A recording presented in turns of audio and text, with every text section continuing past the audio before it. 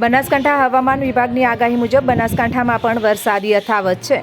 બનાસ નદી બંને કાંઠે વહેતી થતાં દાંતીવાડા ડેમ 74% ભરાયો, ત્યારે જિલ્લામાં ભારે વરસાદને પગલે વહીવટીતંત્ર સજ્જ બન્યું। સુઈગામ તાલુકામાં ભારે વરસાદને લઈને NDRFની એક ટીમ અને SDRFની ટીમ થરાદ ખાતે કરવામાં આવી છે। જિલ્લામાં રાહત કામગીરી માટે વધુ ટીમોની માગણી કરી હોવાનું ડિઝાસ્ટર મામલતદારે જણાવ્યું। જિલ્લામાં વહીવટીતંત્ર દ્વારા NDRFની એક અને SDRFની 2 ટીમો સ્ટેન્ડ બાય રખાઈ, ત્યારે કોઈપણ આપત્તિના સમયે NDRF અને SDRF ટીમની લેવાશે મદદ।